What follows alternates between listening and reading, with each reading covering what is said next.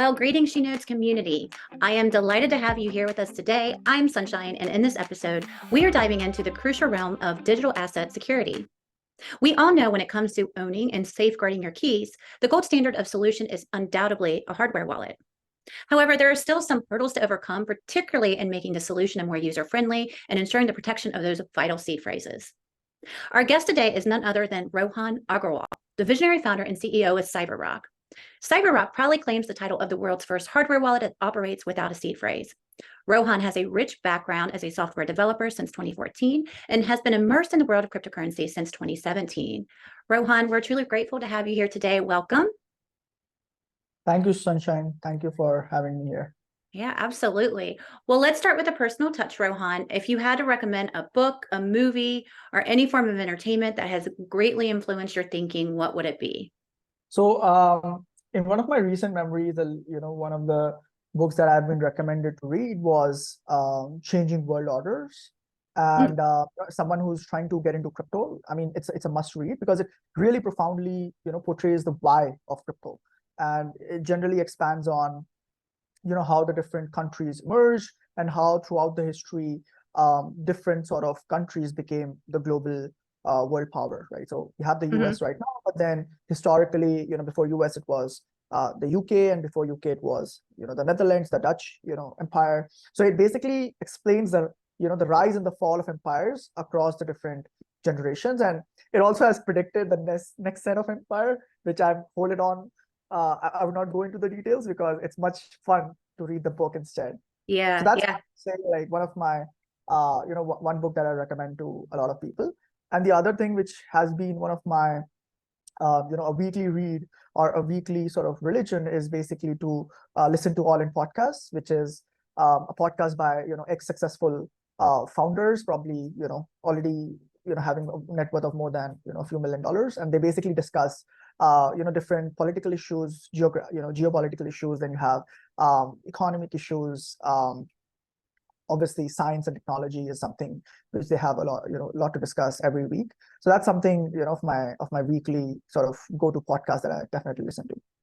Yeah. Actually, I did get a chance to read the Principles of the World-Changing Order. Ray Dalio, I think, is the author. He breaks down all the statistics. That's very easy to understand. Very fascinating book. And then I actually just got this book yesterday in the mail, Digital Money Demystified by Professor Tanya Evans. She's a blockchain attorney that I got to meet. And so I'm looking forward to reading that. Yeah, well, let's get serious. I have some learning points with you today because I really wanted to discuss CyperRock. I actually have the CyperRock and I've been using it. I have it in my hand, so I'm excited to talk about it and discuss it today. I'm going to go ahead and share my screen. Okay, so our list today, our objectives, number one is I want to go over the core concepts of CyperRock, what sets it apart from others, and go over its features. Number two, I want you to show us how this product works, and I have some rapid fire questions for you. And I want to end with just your thoughts on the future of digital assets and security, and then I have a trivia game for you. Are you ready? Let's first start with features. What are the core concepts behind the CyperRock wallet, and what sets this apart differently from any other hardware wallets? So let's go back a little from that, Sunshine. It's important to know like why we sort of started it in the first place, given that there were already a lot of options at that time. What we realized was, for people to be their own bank, there needs to be solution to two major problems. And that's what we believe why it hasn't happened yet, right? So first is, if you want people to be their own banks, you need to provide them with the same bank-grade security that the banks use today, so that people have peace of mind around keeping their own assets safe, right? Because they need, if you are expecting them to be a bank, well, then you have to give them bank-grade security for their assets. So that's one, pretty logical. And the second point we realized was we need to solve the crypto loss problem. So people lose crypto today when they're self-custodying due to hacks. They lose crypto due to scams. They lose crypto due to human mistakes, and they lose crypto due to thefts, right? So that was the second problem we wanted to solve. So to think about the first one, we realized what do the biggest institutions in crypto use, right? For the technology that they use. So if we take an example of, let's assume, Coinbase. So they use something called as cryptographic threshold schemes, which is also somewhat what we have inbuilt into our product for safeguarding the assets that they safeguard on behalf of their users, right? Because as an exchange, you are trusting them with your funds, but the exchange at the end of the day are sort of self-custodying the assets, right? because those assets belong to the user, but they also need to custody it somewhere, right? And so they end up self-custodying it. So what we did was we took the exact same technology that exchanges like Coinbase use to secure their own assets and try to consumerize it with this product, right? To try to make it as simple as possible by providing the same secure technology. So that's one part. And the second part is we try to limit on the various ways that a user can basically lose their assets, right? So to begin with, if you think about all of the other wallets in the world, what they force the user to do today is they give you one device, or maybe it could be a software wallet in which your keys are stored on a PC or it's stored on a smartphone, right? And that's where one of your set of private keys are inside, that specific hardware. And the security of your keys depends on the security of that hardware, whether that's a dedicated hardware wallet or whether that's a PC or whether that's a smartphone, right? So even if you're using a software wallet, the security of that software wallet actually depends on how secure your phone is, right? And then you also are required to make a backup of that key, which is generally called as seed phrases, or it's called as recovery words, right? And that's required because, hey, what if you lose your, the wallet, or your wallet gets corrupted, right? So all of those scenarios, you need to have a backup. Now, what we realized was this actually resulted in having two different single points of failure, right? Because you now have to secure your wallet and you also need to secure the seed phrase. And from a normal user standpoint, this architecture didn't make sense at all, because on one hand, using a secure wallet to secure your assets, but literally on the other hand, you're exposing the same set of keys on a piece of paper. So there's a saying in security, which is you're only as secure as your weakest links in your security. And when you talk about wallets, your weakest link become the seed phrase, which is literally your crypto assets on a piece of paper. So our idea here was like, hey, blockchains are about being decentralization. Can we decentralize the private keys also? Why are we trying to store them in one single place and centralize them and make a copy of them on a piece of paper, right? So using all of these things, we basically built Cypherock X1, in which the core concept is we use something called as cryptographic threshold key, which basically decentralizes your key into 5 parts. So your 5 parts are stored on 5 tamper-proof hardware, which is this one device called as X1 Vault, and the 4 cards, which the user then keeps in different locations. So they keep it one in their home, maybe one in their office, another one maybe give to their friends, another one to their family. It's up to them, right? It's a self-custody product, so it's up to you how do you want to distribute them. But the magical part is whenever you want to make a transaction, you don't need to fetch all of the 5 things. You just need to fetch the device and any one of the cards to make a transaction, right? So what this architecture enables is truly profound for how self-custody is going to be done in future. So first is it give you 3 extra lives for your crypto, which means even if you lose any 3 out of these 5 things, your assets are still recoverable from the device and the 1 card. Or even if you lose the device, then your funds are still recoverable from the 2 cards. So as long as you have any 2 out of these 5 things, your assets are always recoverable, right? So that's the first advantage. The second advantage is protection against theft. So for a hacker to compromise your assets, he'll also need to physically find the locations of at least 2 out of these 5 things first, and then crack open the security on top of them individually. And only then he'll be able to hack the asset. So it's exponentially more difficult to hack. So let's assume even if someone gets hold of the device, hypothetically speaking, he's able to break the security of the device. Still, theoretically, it is impossible for him to compromise your assets because your private keys are never centralized permanently anywhere. He would also need to find any other card, crack open the security of that card, and only then maybe he'll be able to hack the asset. So it's exponentially more difficult to hack. Third, and the biggest advantage, Sunshine, is now as a user, you don't need to back up your seed phrases. So if you're creating a wallet, whether that's your MetaMask wallet or any other hardware wallet, maybe like Ledger, Treasure, or any other, one of the biggest hurdles for new people getting into crypto is that while they are creating the wallet, they have to think about securing the seed phrase while creating the wallet. And it just becomes a big hurdle because their thought was the wallet was going to protect against all of those things, but now the responsibility shifts to the user to back this up seed phrase safely. And think about 10 different ways of securing it, because hey, I'm traveling tomorrow, so you have all of these weird thoughts like, hey, is my seed phrase going to be safe while I'm not there? Am I required to carry it with me while I'm traveling? If I'm basically traveling it with me, do I become the single point of failure? What if someone recognizes the device in the airport in the security check? What if that becomes like a physical, threat to my assets? So it becomes like a big hurdle for people. But in this case, what we have done is we have completely abstracted away the need for you to back up your seed phrases. Our idea here was, hey, you don't need to back up your seed phrase if you don't never lose your private keys, right? So as long as you have any 2 out of these 5 things, you would never need, a backup of yours. So the product automatically becomes a transaction product. And the things, the hardware components that you don't use, let's assume you don't use the first and second and third card, which is, you have given it to your friends and family, those automatically become your backup of your funds, right? And that was our idea. So even while creating the wallet, you just tap the 4 cards one by one. You set a pin on top of it that you want to set it up for the wallet as an additional layer of protection. And then you can distribute these cards as simple as that. So traditionally, if a wallet, required you to like invest like 10 to 20 minutes to understand and, follow the security best practices, we completely cut that time to, more than 50% for a user to get started using a cryptocurrency wallet. That's the third part. The fourth part is we are actually audited by the same folks who have actually found vulnerabilities in the top 2 hardware wallets in the world, which is Ledger and Treasure hardware wallets. So they said this wallet has some of the most innovative features in the world that they have never seen in any other hardware wallets before. And the audit report is also live on the website for anyone to check it out and verify for themselves. And lastly, our code is open source, so anyone can audit it independently as well. Yes. And that was my understanding of this, and really trying to get the concept that's considered your Shamir secret sharing. Is that correct? With the 5 concepts to make a transaction, you only need 2 of these parts with the ability to store each piece in different locations.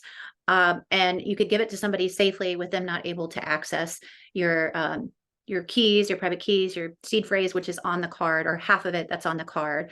And it makes it more secure, but also you're protecting yourself, because I will tell you, I've probably used maybe a dozen hardware wallets and probably, a dozen software wallets. And I will say I have lost one of my seed phrases of my software wallets. Luckily, nothing was in there, but I think, if you do this long enough, you eventually will lose one of your seed phrases. So Sunshine, very interesting point that you brought it up. We actually realize this problem as well, which is like people, are not just going multi-chain, but they're also going multi-wallet, right? Just like you said, so you have a MetaMask wallet, maybe you have like another software wallet, you have a Ledger wallet. So there are multiple wallets that people use today, right? And so while we actually designed our product from the ground up, we not only designed our product as a wallet, but also as a wallet aggregator. So what that means is generally all of the other wallets you may have used generally allows you to only have 1 seed phrase per wallet. So you can only like initialize and use 1. They allow users to secure up to 4 different seed phrases inside the same product. So what that means is, think of it like how you have profiles on your browser and you can switch between profiles. So in the same product, you can switch between wallet profiles, right? All having like different seed phrases. So what you can do, which is sort of the second use case of the product, Wallet 1 that you said is like a cold storage that you created on the Cypherock itself, right? Wallet 2, what you can do is, if you don't have any use for yourself at this point, and if you use any other wallet, you can actually import the seed phrase of that wallet into the Cypherock X1, and using the same Shamir secret sharing, it will decentralize the keys into the seed phrase into the 5 parts. Oh, I see. Okay. And now this also not only just becomes a hardware wallet, but also becomes a seed phrase backup manager for all of the other wallets you have. So if you use like a MetaMask, and God forbid, like your MetaMask gets corrupted, you download another MetaMask and you need your MetaMask seed phrase back, you just fetch 1 card, tap it on the hardware, enter the PIN, it will show you back the seed phrase of your MetaMask, which you can reinitialize it on your MetaMask. Oh, okay. That's amazing. I never thought about that, but yeah, it's almost like your password backup. Now, let me ask you this. Hypothetically, someone breaks in and says, I want, all your funds from your hardware wallet. Then you could technically create a fake one, or one that maybe has $50 in it, and just say, here it is. And then keep your other seed phrases or other wallets safe. Yes, you can definitely do that. So we already support passphrases through which you can do it. Okay. Or you can maybe even create like these different wallets in which one wallet is having like most of your assets in, and the other wallet that you create only has like $50, and that's what you give the access to. Got it. Okay. Yeah. So, there's a kind of paranoia addition, the more and more you accumulate, you want a little bit more extra security with the passphrases. Okay. All right. Well, I'm fascinated by this technology, and I will tell you that I've been using it. The setup was super easy. I'm going to walk through that in a minute, but I do want to talk about. We talked a lot about the security. Maybe you can go into detail on it, but I really want to talk about the features because these are the things that I look at and find are important in a hardware wallet. Number one, the interface. How do I interact with it? Is it easy to navigate? Are the buttons easy? And then what is the software interface that I'm using to make sure that's easy? What support, meaning what tokens does the wallet support? But also, what kind of support do you have if somebody is running into problems or needs a refund or their wallet's not working? Practicality, like how practical is it to take it on the go? And then security. Just start with either one, but these are kind of the four things that I look for in a wallet. Yeah, 100%, Sunshine. So obviously, security is the topmost value that we look for when we designed our product, because when it comes to people securing their life savings into a product like this, we want to make security a priority before any other value, to be honest, even to some extent user experience. So if the feature demands a compromise on user experience, we may even do that for security. That's the only thing, because we put security on top of everything else. For the users. Coming to the interface, right now we have a cross-platform desktop app. So if you are a Mac user, if you are a Windows user, or if you are a Linux user, we support all of the OSs right now. So you should be able to, connect our device with a USB Type-C, which comes with the product itself, and is basically uses USB to interface with the desktop app. The cards and the device, they communicate with each other through encrypted NFC. So these are generally the two interfaces that the product supports right now. In the coming months, we have plans to support mobile support for the product as well. Oh, that'll be really nice. Yeah, from your Android and iOS devices, you will be able to initiate transaction from your Cypherock X1. So that's on the roadmap as well, pretty much. In terms of coin support, so we in total support more than 3,000 plus tokens and coins. Broadly speaking, chain-wise, we support the biggest ones. So we have Bitcoin forks, then almost all of the major EVMs are already supported as well. And then you have Solana and Near as other chains as well, and we'll be supporting other chains on the go.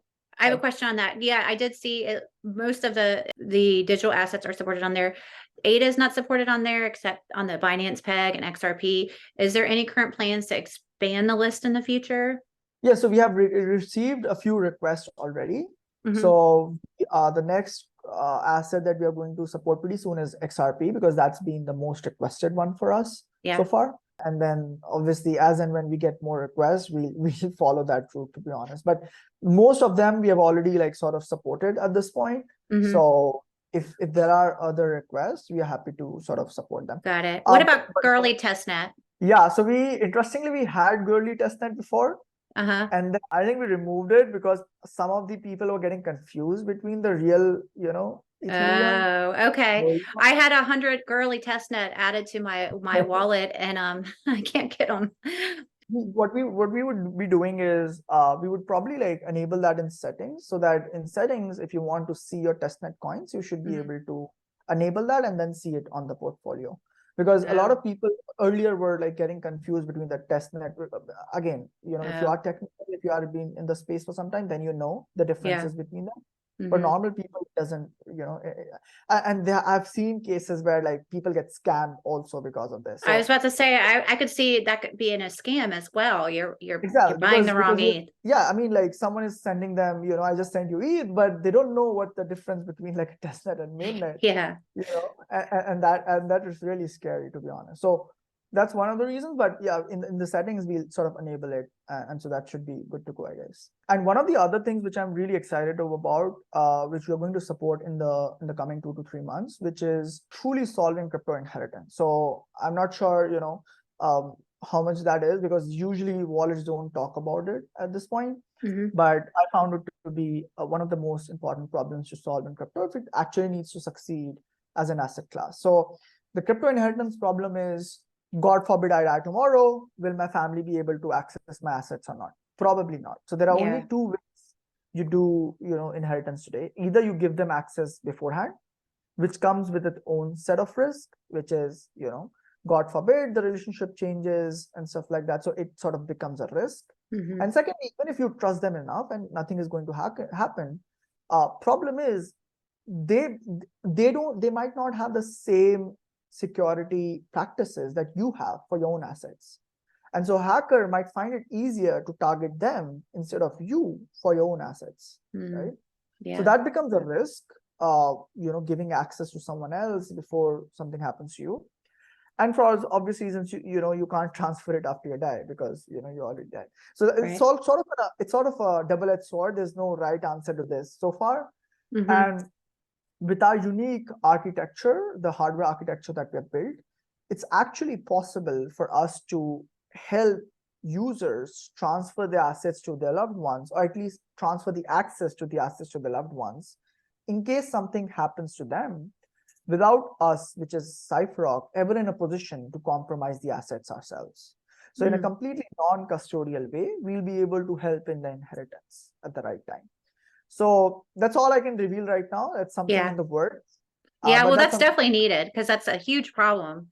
And I Yeah. can see that you take that barrier out of the seed phrase, it makes it a heck of a lot easier to tap a card and then move, assets over. But there's still going to need to be some user-friendly features to be able for someone that's a beginner to move that over. So is there anything else from a security perspective that you didn't talk about? So we in fact, as I mentioned before, we are actually securely audited by the same hardware security firm that has found vulnerabilities. Probably, I think, the only one in the world who has found vulnerabilities in both Ledger and Treasure hardware wallets. And they said that we use some of the most innovative security features that they have never seen in any other wallets. And the audit report is also live on our website for anyone to check it out for themselves. Secondly, we open source, so anyone can audit the source code themselves. Thirdly, this is also one of the misunderstood facts around security when it comes to wallet, which is, hey, if the wallet is open source, then it's secure. Well, that's not the case, right? I'll tell you why. Because how do you as a user verify whether the code that the company is claiming it to be open source is the same code base or source code running inside your hardware wallet? There's no way to verify that, right? So there are, fortunately, there are certain projects in the space. So one of them is called as Wallet Scrutiny, who does this for you. So what they do is they go to different wallets, they check their source code, and then they verify whether it's the same, source code running inside your hardware or not. And they basically give these attestations that, okay, these are the tests that this specific wallet has passed, and that's why we feel. So technically it's called as wallet reproducibility, whether the code can be reproduced is inside the same hardware.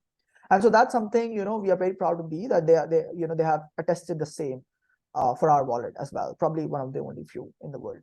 So I think these are like the core security properties in terms of the hardware chip. So we use EL6 plus secure elements, which is exactly so the cards that you see on the website, these are exact same secure hardware used in the banking industry for making your debit cards and credit cards, literally the exact same hardware. So we took what is already being used in the banking industry in the past 50, 100 years, and we repurposed it for the Web3 use cases. Great. All right. Well, we'll move on here. I have some rapid fire scenarios for you. Are you ready for that? And they can be kind of quick because I have like 5 or 6 of them. So they can be like maybe try to answer them in 60 seconds, maybe not go in like huge detail. Okay. How do I set up the wallet and how long does it take? So you order the product, you get a unique link, which is basically the link to download the app. You basically unbox the wallet, you connect it to a USB. It generally takes about, what we have found is an average user takes about 10 minutes tops to set everything up. And that's it. Like, it's very, very simple. What we see in self-custody is it's always like a journey. So people start off with primitive stuff, but then as and when they learn along the way, they want the advanced stuffs for them as well over time. So we have crafted the product in such a way that you'll be able to enjoy the advanced features if and when you want, but not being part of the initial journey setup, because that's what we want to make it as easy as possible for a new person to get started with. Yeah, I agree. It took me 4 or 5 minutes to do the complete setup, but like I said, I've probably set up about 12 hardware wallets, so I am used to it. So this is one of the easiest ones that I've set up. So Should I still collect a seed phrase? You answered that, but I will tell you that I did collect my seed phrase. I'm still Again, anxious about that.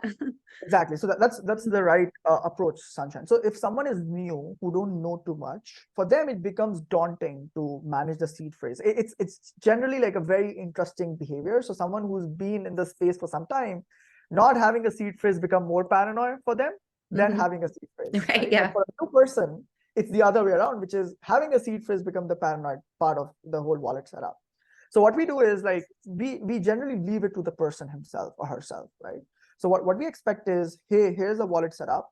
Now, once the wallet is set up, there's literally an option on the device which says view seed phrase, right? If you click that, you can still, obviously by tapping the card, entering the PIN, you will still be able to view the seed phrase and you can still back it up if you are that kind of a person who gets paranoid about seed phrases. So we didn't, again, it sort of proves our point that we wanted to make it easy for people to get started. But if you are an advanced user, we have put in those scenarios wherein how an advanced user would want to use our wallet, right?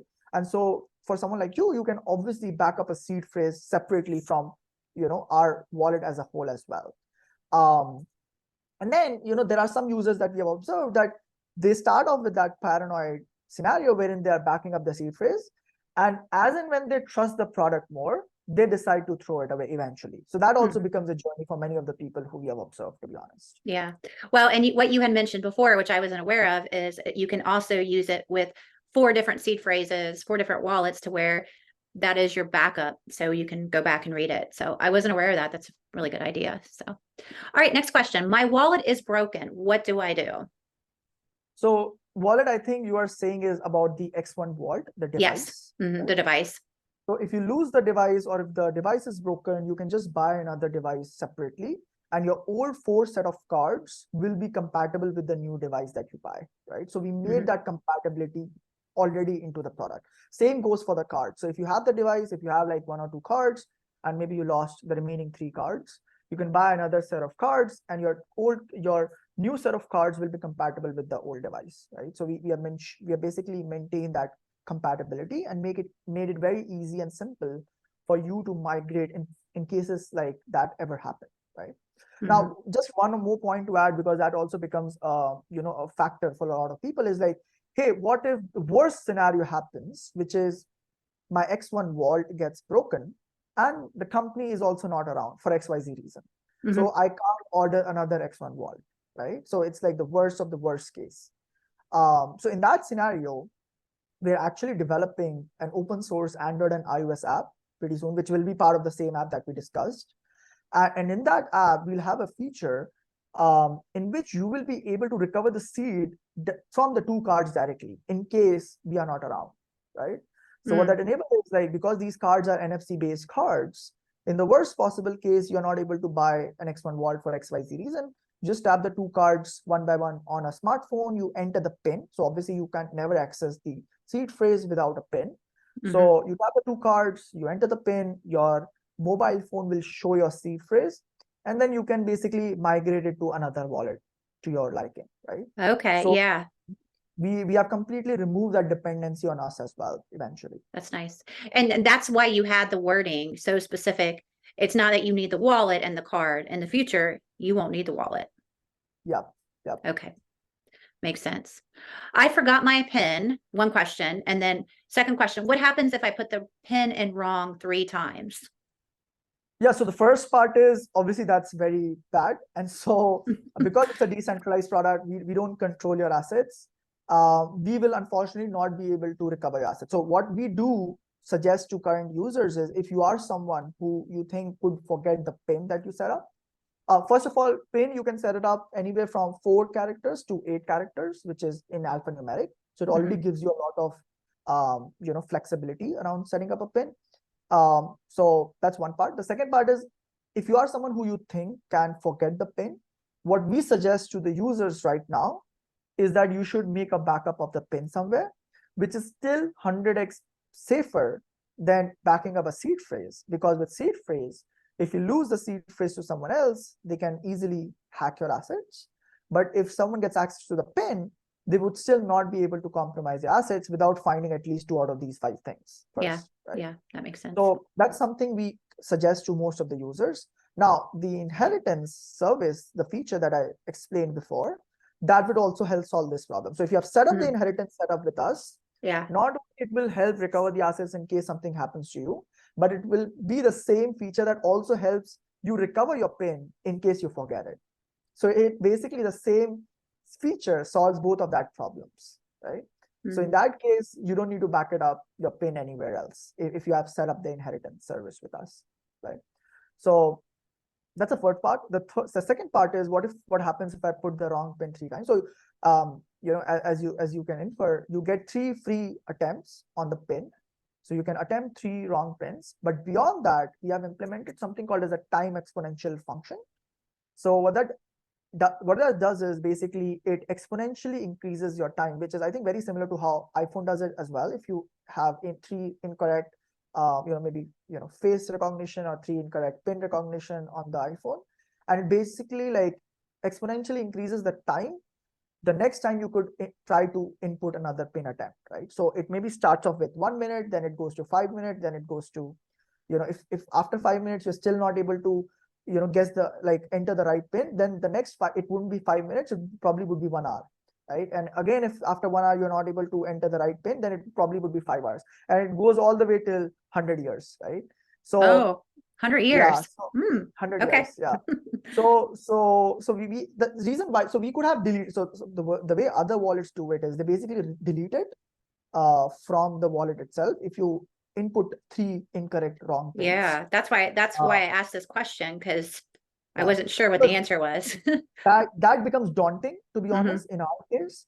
And so what we did was a time exponential function is basically like, hey, you get some extra attempts, and then the time exponential function gives you, you know, makes the user cautious as well as the time they sort of enter the next pin, right? Because it becomes now the stakes become higher, and so you would just not like try to, you know, just enter any sort of incorrect pin, because the problem that we have to solve is we have to solve for that a user finds it difficult to lose his pin, and also a hacker is also faces very difficult to hack the pin, right? So we have to solve for both scenarios at the same time.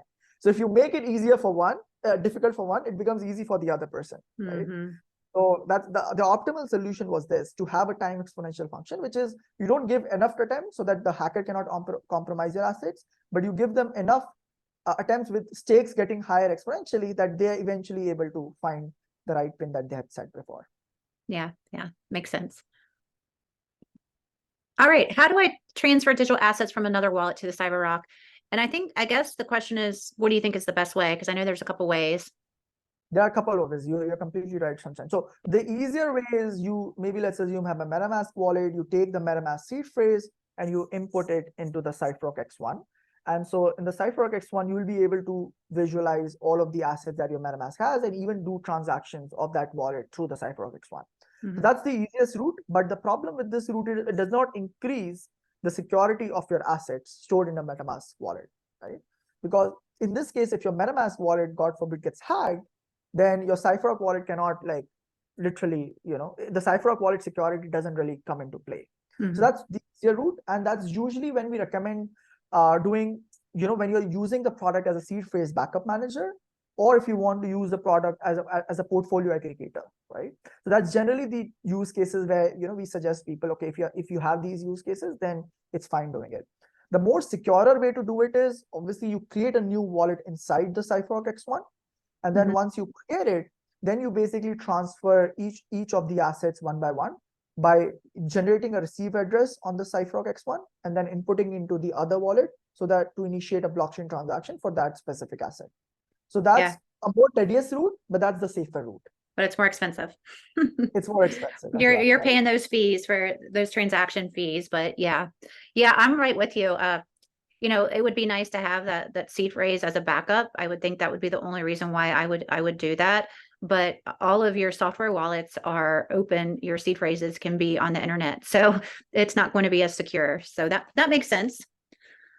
What we feel, Sunshine, is you know, when it comes to wallet, we feel it's always like a spectrum between convenience and security. Yeah, absolutely. Yeah. So, and so there's no right answer that, okay, this is like the only thing I need to use to have my life sorted in crypto. Yeah. It's like generally what most of the people do is like they generally have two wallets, one where they optimize for convenience and the other one where they optimize for security, right? Absolutely, So yes.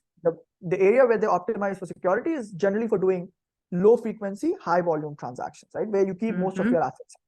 And the place where you optimize for convenience is where you want higher frequency but low volume of transactions, right? So what we suggest is like, hey, this is the product that we are building.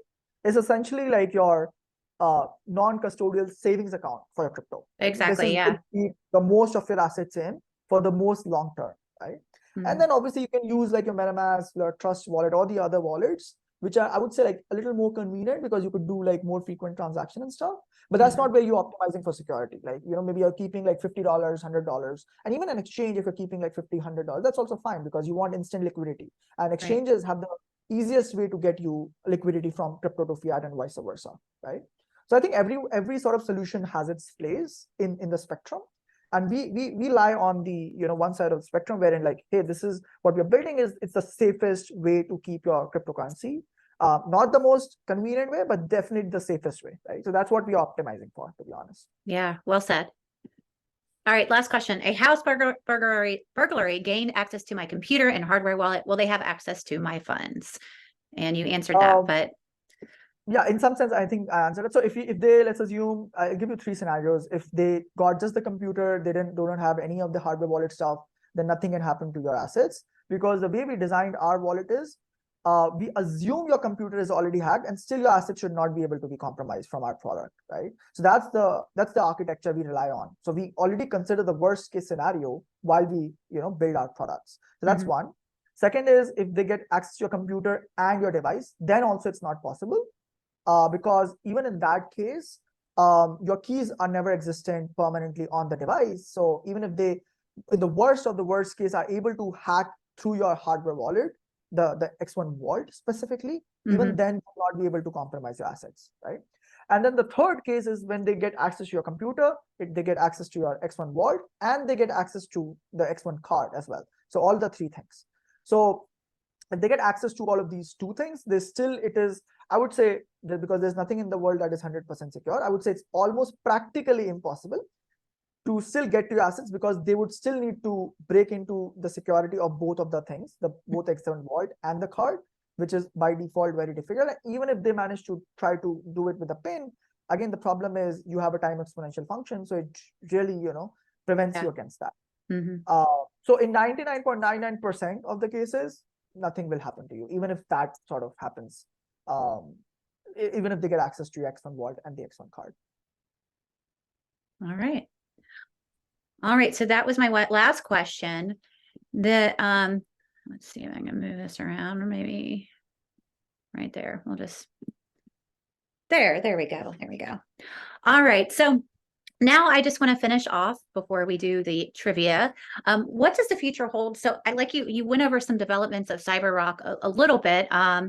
So if you could go into that, what is the future? What do you think the future looks like? What do you think is coming for security for our digital assets, primarily as a hardware wallet? And then just give us some best practices to end it. So broadly, what we believe, Sunshine, is blockchains are sort of like governments. So people try to see blockchains as companies.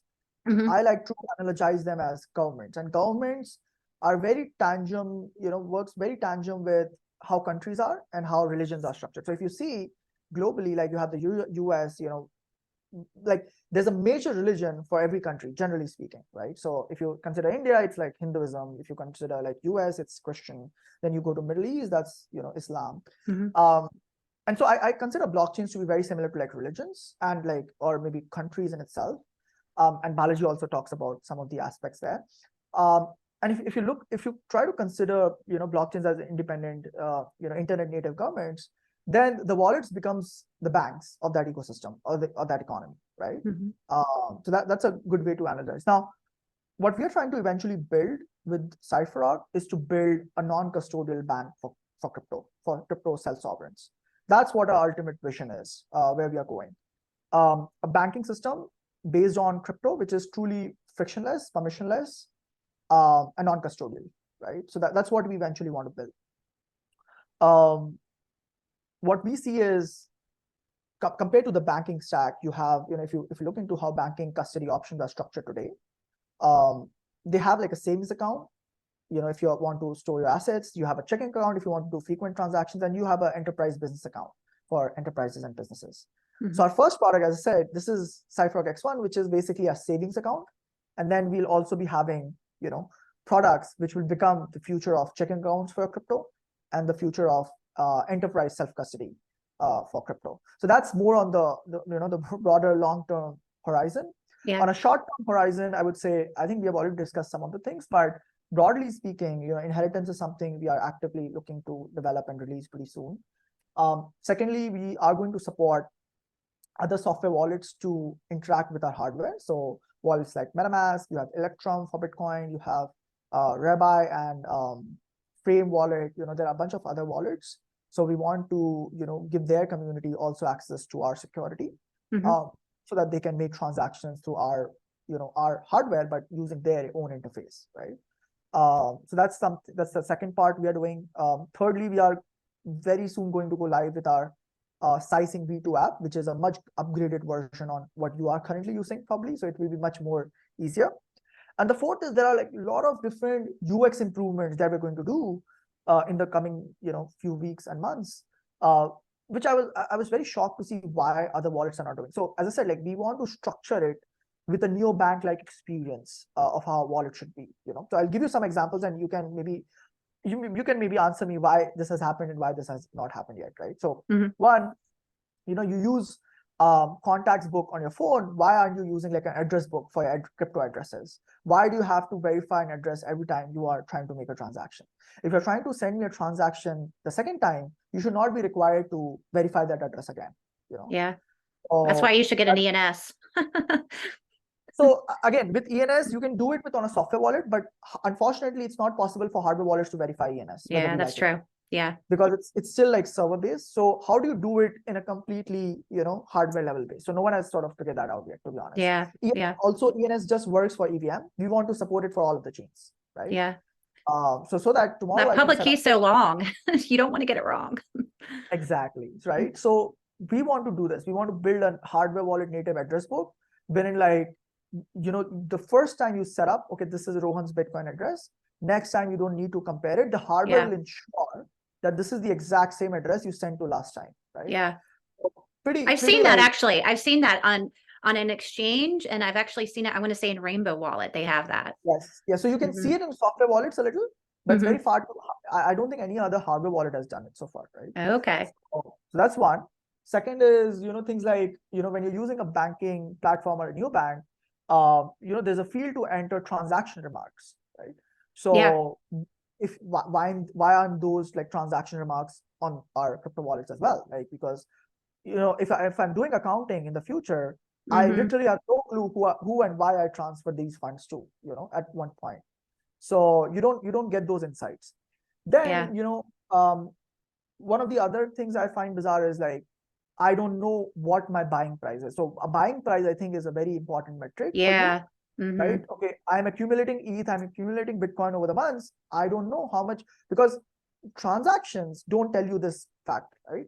Because blockchain transactions are like, hey, you transfer from A to B and that's it. Yeah. But what transactions are those in which you actually bought crypto, and what are the transactions in those which you actually sent crypto to someone? Oh yeah. So you can't like basically differentiate between them today.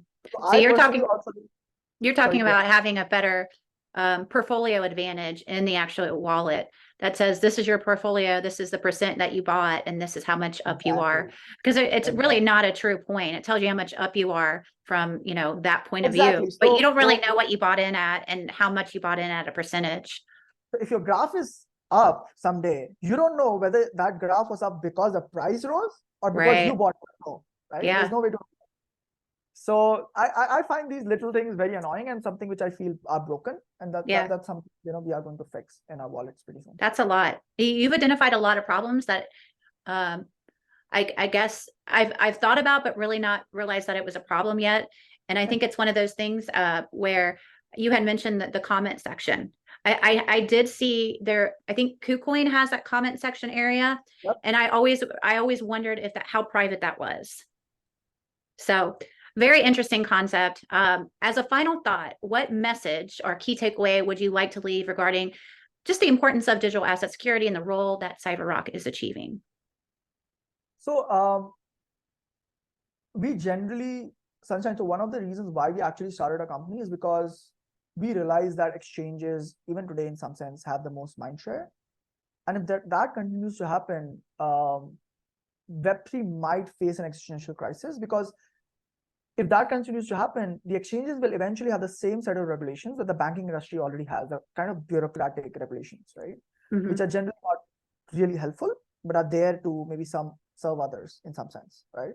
Mm-hmm. And so what we truly believe is self-custody is one of the factors which actually differentiates TradeFi, traditional finance, from crypto-enabled finance.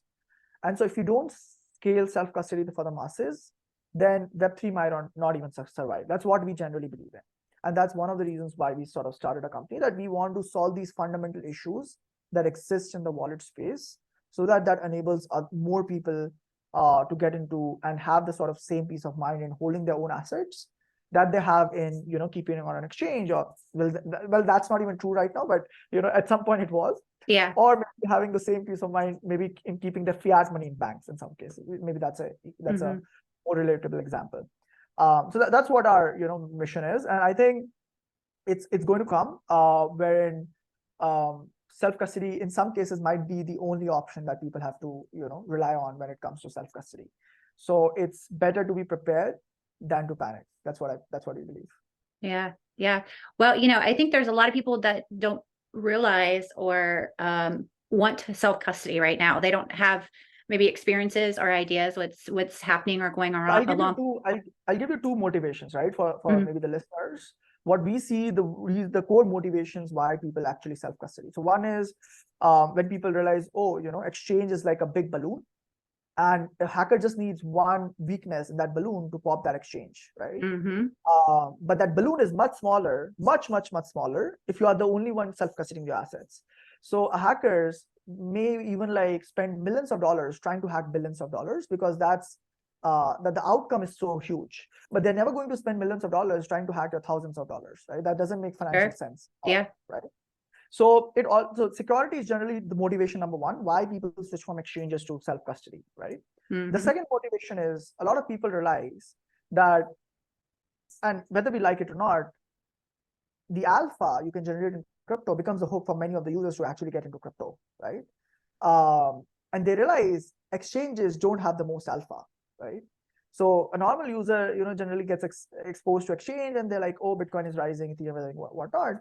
But then eventually, when they go deeper into the space, or when they talk to their more advanced or experienced crypto friends and family, they realize, exchanges are generally the exit liquidity in some sense. Yeah. And the real alpha is into the DeFi stuff, the NFT stuff, or trying to get in as early as possible. And you can't do that with exchanges. You need to have a wallet to be able to access to those coins, or access to those DeFi primitives, or access to those NFTs, right? And so that becomes the second motivation why people try to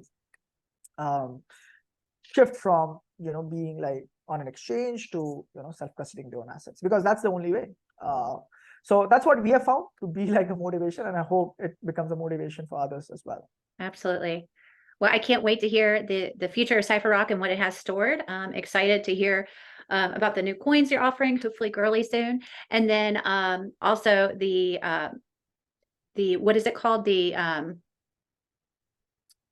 death of a loved one, what is it called? The inheritance service. Inheritance. Yeah, the inheritance. I'm very interested, because that is a huge problem that a lot of people will face, and being able to identify how to solve that will be huge. Yep. All right. Well, Rohan, I think we are ready for 60-second trivia. Now, I have a trivia game here that I give a lot of people that I interview. It's called the Crypto Lab Speed Scholar here. And you get 60 seconds to answer as many trivia questions as possible. I'm just going to stop sharing my screen here. There we go. Just so we can get you highlighted here. And some of them are abbreviations, some of them are hard, some of them are easy. It's all about crypto. Some are NFT stuff. But if you don't know the answer, just pass. And the goal is to get as many as possible. And I think the biggest winner was 10. So let's see if you can be Oh, the that's Crypto Labs super speed difficult. scholar. Yeah, so I'm going to shuffle up here just so we. All right. Are you ready? Yep. All right, go. The transaction on an Ethereum network carrying a fee for every transaction, users must pay what? Gas fees. Yes. The password to your crypto holdings. Sorry? The password to your crypto holdings.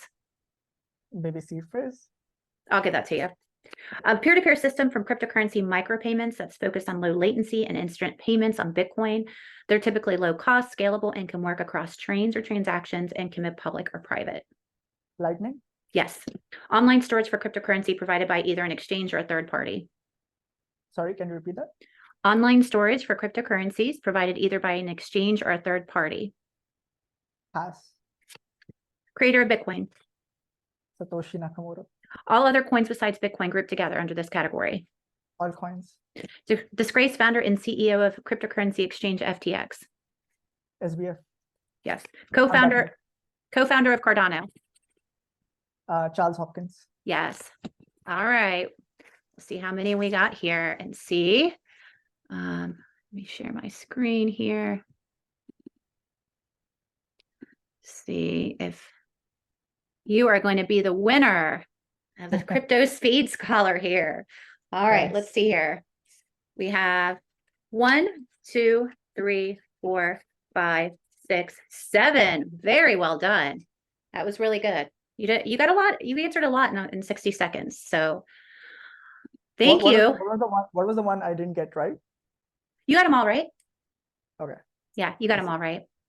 Well, Rohan, I just want to say thank you again for letting me interview you today. I learned a lot about the CypherRock wallet, and I'm excited to continue using it and using these new additions that you'll be adding. Leave us with an end note. Yeah, self-custody is the future. So I think that's what my note is, to be honest. But really thankful for having me, Sunshine. Thank It's you. been a pleasure. All right, take care. Bye-bye.